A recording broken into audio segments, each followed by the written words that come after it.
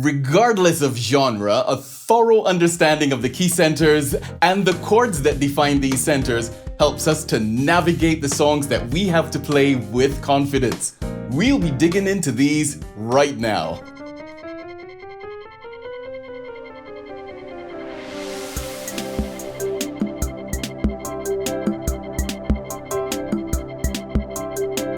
Hi there, and welcome to our cool piano workout. I'm really glad that you stopped by, and I hope that you will join us on our journey to better musicianship. And so, if you're new, subscribe and look out for more of these workouts as we get progressively more in shape, okay?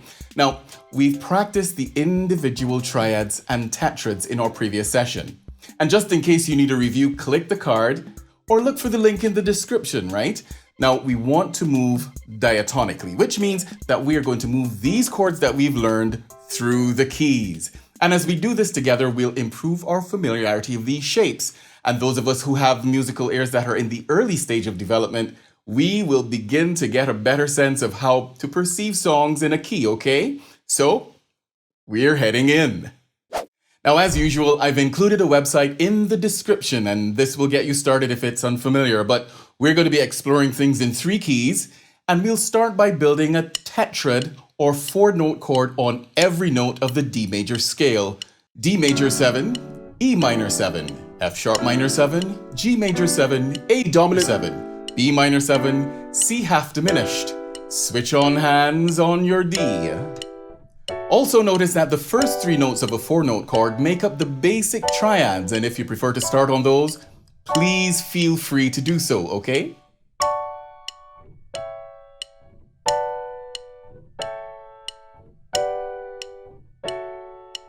Switch hands at the D major. Now remember, this is to get more familiar with moving these shapes through the keys using both of our hands, okay? Good. Moving in the key of E flat, here we go. E flat major 7, F minor 7, G minor 7, A flat major 7, B flat dominant 7, C minor 7, and D half diminished. Switch hands on E flat major 7 and continue. Now look, if you need to, write out the notes of the scale and then build the chords from those, yes?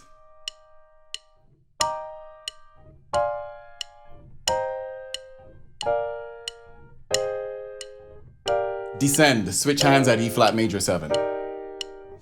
Now remember always to play evenly and listen. Make sure that you can hear all the notes in every chord. Good stuff. Now look, we're going to do the same thing with these diatonic 7ths, but this time we're going to play all the inversions of every chord, which just means that we're going to play another note in the chord at the bottom other than the root. We're also going to pick up the pace a little bit by changing the rhythmic subdivision.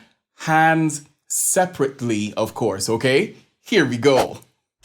Starting again on the key of D. We're going through these slowly. By now you should be able to call them out for yourself.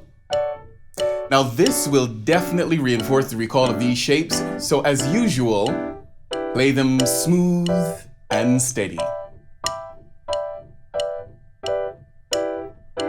Don't rush ahead or lag behind the metronome, okay? This will help your sense of time as well.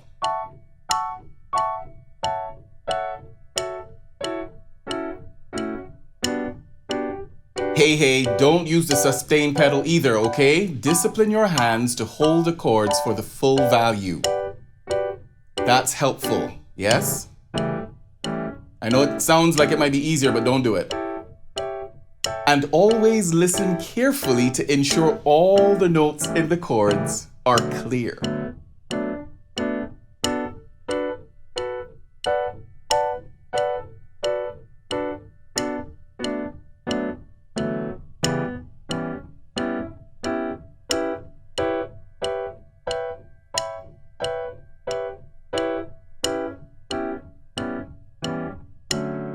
All right.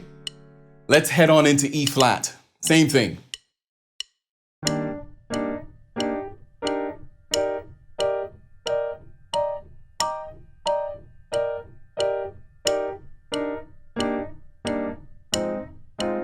You know what? You should be marking each of these inversions by the location of the second interval, right? That happens between the seventh and the root. That helps you to keep track of which inversion you're playing, okay? You should start to see a pattern. Figure it out. Tell me if you find out in the comments. Now make a note of the ones that feel strange in your hand, okay? And play them a few times if necessary. The idea is to remember them, okay? This isn't about speed. Just remember them properly. And the more thoroughly we do this, the easier our playing of them will become. Good. And as these become easier, you will start to feel a greater sense of confidence with your playing. You want that, right? Me too. And of course, because we're doing them in 3 keys every day, different keys, we'll be making even progress.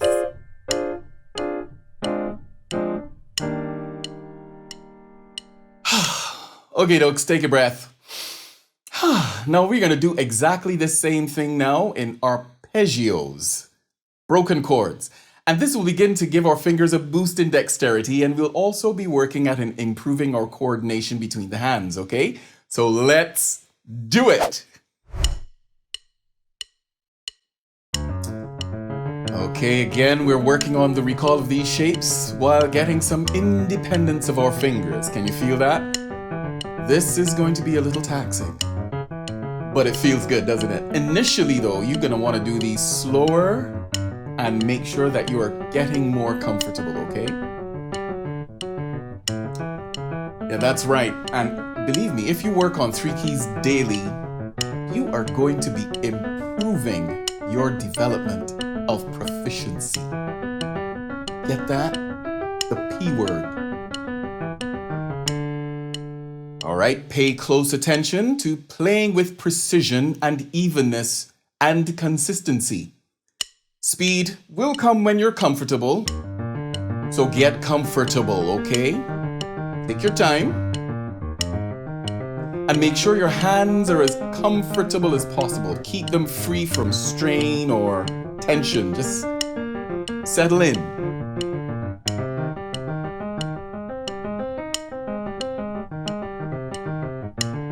Good. Just in case, find a tempo that's comfortable and maintain it. If this one's too fast, you know what to do. Slow it down. That's fine. And of course, when you've learned these shapes and your hands are at ease, increase the tempo. You want to give yourself something hard to do progressively, okay?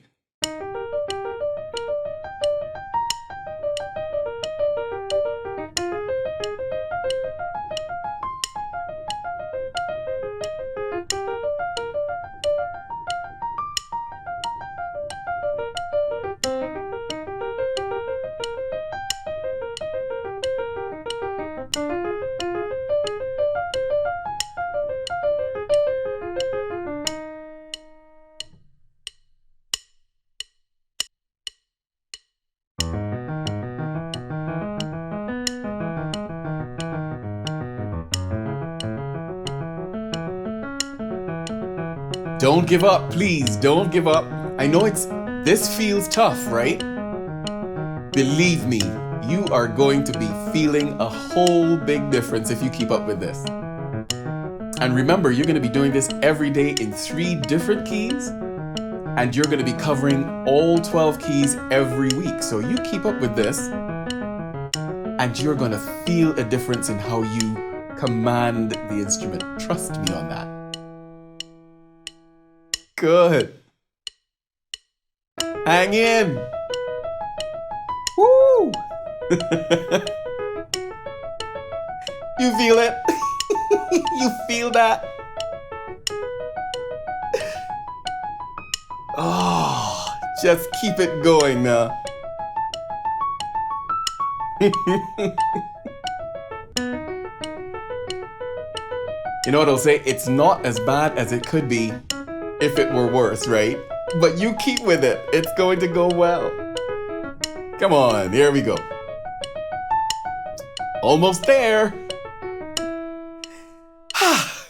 Wow, another session complete, and we are so making good progress. Now look, If you work on the scales, the triads, and the tetrads, plus these diatonic progressions consistently in 3 keys every day, you will be well on your way to greater ease in playing in all 12 keys, but also you'll be laying a firm foundation for your air training and more sophisticated and advanced harmonic expression. So practice this thoroughly, okay? Now look, I cannot emphasize the importance of spending some time and listening to and transcribing music every day. Now, the more you do it, the more you will be able to apply the stuff that you're learning. And in fact, you know what? Comment and let us know how you are progressing and what you're listening to. Remember, subscribe if you haven't done so already. And if you have any questions or suggestions, post them too, and I will get back to you as quickly as possible. Finally, share this video and encourage others to come and join us on our journey to better musicianship. So until our next session, take care, and we will stay in touch as we work out more drills to increase our skills.